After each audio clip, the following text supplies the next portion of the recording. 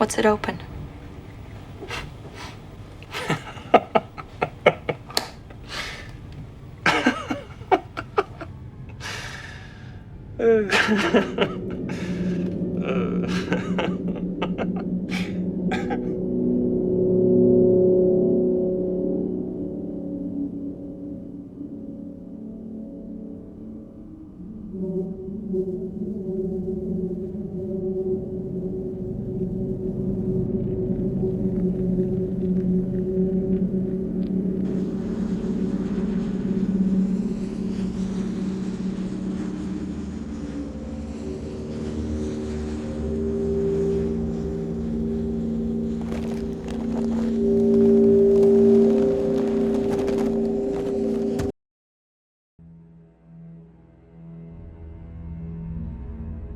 What makes Betty's fantasy feel so real is its dynamic nature.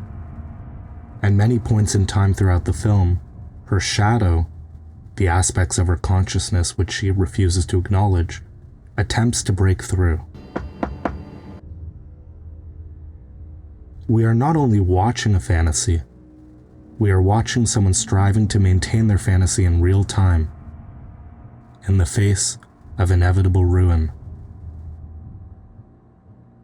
While there are small signs of this tension everywhere, the scene in the diner serves as the roadmap for Diane's internal conflict. I just wanted to come here. This Winkie's. The diner scene is a dream within a dream, representing Diane's inner turmoil in a manner that is far more abstracted and symbolic than the more direct parallels we see in Betty's story.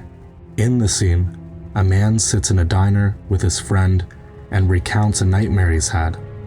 As he speaks, the camera bobs ever so slightly, like we are witnessing the POV of a dreamer. The man, who looks very disturbed, explains that in his dream, he was in a diner, just like the Winkies they're currently at. They start out that I'm in here, but it's not day or night. It's kind of half night, you know? He describes the time of day as half night, an irrational but dreamily coherent way of describing the ineffable environments we find ourselves in when we dream. In his dream, his terror mounts until he realizes that someone outside is doing it. There's a man in back of this place. He's the one who's doing it. In reference to that someone, the man says that he hopes he never sees him outside of a dream. I hope that I never see that face ever outside of a dream. His friend appears confused and gets up to pay the bill. But once his friend gets to the cash register, the man realizes that his dream is playing out before him. The two go and investigate behind the Winkies and encounter the monster, causing the man to faint in fear. This seemingly impenetrable scene is the clue for unlocking the conflict that plagues Diane. Diane, like the man in her dream, cannot escape the truth of what she has done and who she has become. By the end of the film, we realize that this monster lives within Diane. But for now, she isn't ready to perceive this ugly truth. Like the man, Diane knows that something is wrong, but she does not want to see it out of her dreams. Or, put another way, she cannot allow the truth of her crimes and tortured psyche to spill from her nightmares into the real world. Except, our dreams reflect our reality, so one way or another the truth will fight its way to the surface. The man's collapse signals a failure to confront, and it is from this failure that we wake to Betty's story. In lieu of symbolically accepting the truth of her dream, we must transcend to her fantasy, one which is constructed from far more palatable elements. And it is in this new fantasy that we can finally navigate our way to the truth. Mulholland Drive. That's where I was going.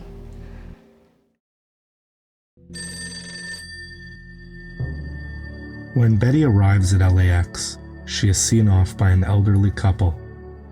The identity of this couple is a mystery. While their conversation suggests Betty met them on the flight from Deep River, Ontario, we are only a few minutes out from the opening jitterbug competition sequence in which they seemed to have also attended. Putting their unclear identities aside, it is the nature of their conversation which is especially strange. Remember, I'll be watching for you on the big screen. Okay, Irene. Won't that be the day? Take care of yourself and be careful. I will. From the terribly overdubbed dialogue, it is clear that there is something inherently fake about the interaction. Our suspicions prove correct, as after parting ways, the elderly couple sits in the back of a limo with uncanny grins which signify that something is very wrong. These are not fully realized personas. They are facets of a psyche playing their particular roles. Next, Betty arrives at her beautiful new apartment and meets Coco, who leads her to her unit. Oh, just call me Coco. Everybody else does. Okay, Coco. On the way, Betty almost steps in dog poop in the courtyard, which is zoomed in on twice. It may sound absurd, but poo, in dreams, is said to represent the need to let go and change, as well as our fears or concerns about feeling inadequate. Its symbolism is derived from the fact that it is the ultimate mess, waste material which comes from us and must be disposed of. This subtle symbol of disruption, right as Betty is about to enter her dream apartment, signifies that what she is keeping from herself, what she has not dealt with, is right there in front of her. Yes? That night, Louise Bonner, the mysterious neighbor, delivers a scary omen to the two women. She claims that something bad is going to happen. My name's Betty. No, it's not. That's not what she said. Someone is in trouble. Something bad is happening. This dark omen portends Diane's ruin. But luckily enough, Coco appears to put an end to this disruption. The next day, after finding the dead body of Diane, the women run into the courtyard in fear, their bodies tracing after them like their identities are being literally torn apart. As a result, we see what appears to be Rita and Betty working together to maintain their identities. Betty gives Rita a blonde wig to look more like her. But this moment signifies more than a woman attempting to disguise her friend. What it points to is an attempt to stay in the dream, to hold off the inevitable confrontation just a moment longer. You see, what is fascinating about these disruptions is the way in which they become progressively more apparent to Betty. The elderly couple's grins may hint at a sinister truth, but Betty, by design, never sees it. The poo in the yard is a disruption which Betty does see, but Coco is quick to take her away. Louise Bonner's omen actively disturbs Betty, but once again, Coco comes to the rescue. And finally, the discovery of Diane's body is so devastating that it threatens the integrity of Betty and Rita's place in Diane's dream world. Yet, like every prior disruption, it is with the help of those around her that Betty can continue on the road that will inevitably lead her to Club Silencio. Now, if we accept that this is some form of a dream, then we also understand that everyone within the dream is an aspect of Diane. Our nightmares do not exist purely to terrify us. Often, even the scariest dreams contain minor calls to action, small encouragements from somewhere deep inside to resolve the issues that plague our lives. You can see the way in which characters both service Betty's dreams, playing into her fantasies and wishes, while also trying to slowly guide her to the truth. I remember something. What is it? Diane Selwyn. Maybe that's my name. Because if our dreams enabled us to live in fantasy forever, Betty would go on to become a famous actress and spend her life with Rita. But the architecture of the dream demands a slow spiral to the truth. The people Betty interacts with may serve a variety of roles in her delusion, but their ultimate purpose is to facilitate growth. And so in some sense, while Rita may be an objectified alternative to Camilla, whom Betty can direct and control, she is also the catalyst for Betty to go on an adventure that will ultimately expose her. Go with me somewhere. Now. Right now. Despite our perception that Rita is oblivious, she serves as Betty's guide, taking her from mystery to revelation. Even our wildest fantasies are infused with a moral quality, subtly hinting at who we ought to become. In light of this truth, the sequence at Club Silencio operates on several different levels. First, it symbolizes the fact that Betty's life is a constructed performance. Both Betty and the world she inhabits are not real. When we're told that despite the sound of a band playing, there is no band, we are presented with a metaphor for Betty's false reality. It's all recorded. It is all a tape. This realization strikes Betty somewhere deep, causing her to shake uncontrollably.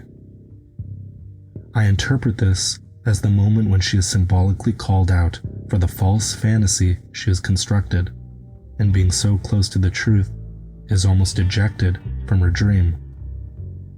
The only reason she doesn't wake up is because Rita holds her in place. Another moment when Rita preserves the integrity of the dream. On a deeper level, I think Club Silencio is making a wider comment about the role of art, fiction, fantasy, and dreams. What is fictional may be fake, but it is often real enough to us. When Betty and Rita watch Rebecca Del Rio sing, they begin to cry. They are filled with emotion. Yet, just moments earlier, they were repeatedly told that what they are hearing is entirely fake. Despite the consistent warnings, when Rebecca Del Rio drops to the floor and her singing continues, Betty and Rita are still shocked. This is what watching a film is like. You spend the whole intro reading the opening credits, in which real people's names are listed. It's a direct sign that what you are about to see is a production. But every time, assuming the film is at least decent, we get sucked in. Even within the film, Betty's audition plays with this idea. We are presented with an acting performance that feels far more real than anything that came before, calling into question our conception of what is real in the first place. The truth is, regardless of whether something is real, we are still filled with emotion when the characters we identify with find success or failure. These powerful emotional responses are meaningful to us and may even have the ability to affect our lives. So, if the emotions we feel are real, and our behavior changes accordingly, what do we mean when we argue that fiction isn't real?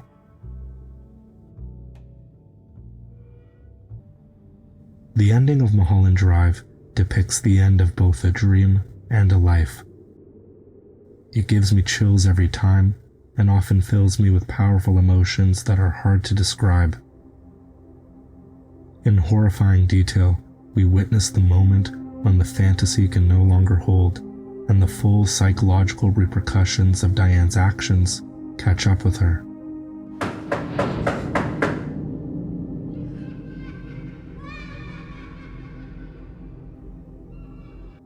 imagery of those elderly characters running towards her with sinister grins plastered across their faces is an artistic choice that abandons realism. But Lynch trusts that as humans who possess our own sets of desires, expectations, and most importantly dreams, we will feel the truth of what is happening.